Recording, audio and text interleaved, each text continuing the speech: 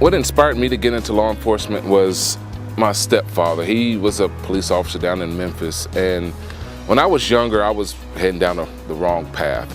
I been disobedient, and he came into my life when I was 10 years old. That's when my mother married him, and he got me on the straight and narrow path. And when I went to college, I initially went to be a school teacher, but I decided that wasn't for me.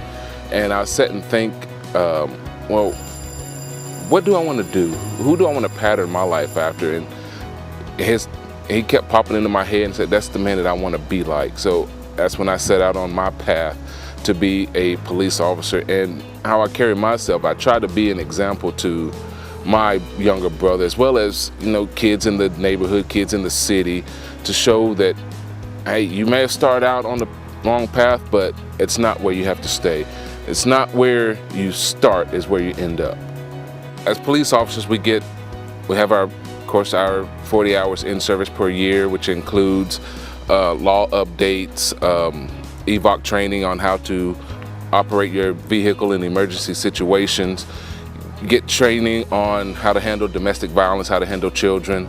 You also get your radar training, sit and running radar, controlling the traffic flow, as well as DUI for your driving impaired drivers. The City of Goodlettsville Police Department, we offer several services.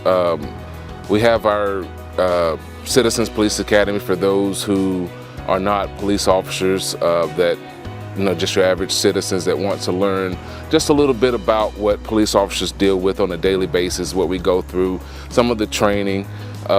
Also for businesses, we offer what's called a criminal trespass waiver. You know, a lot of businesses have unwanted guests on their property, and the trespass waiver allows us to prosecute on their behalf. That way it keeps them from going through the court system, and we arrest the individual for criminal trespassing.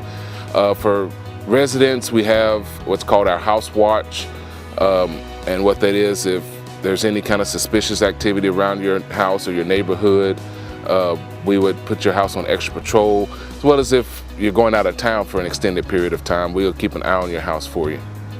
Most of the time when citizens come across us, we're in our officer mode, and you don't get to see the personality of a police officer through that mode.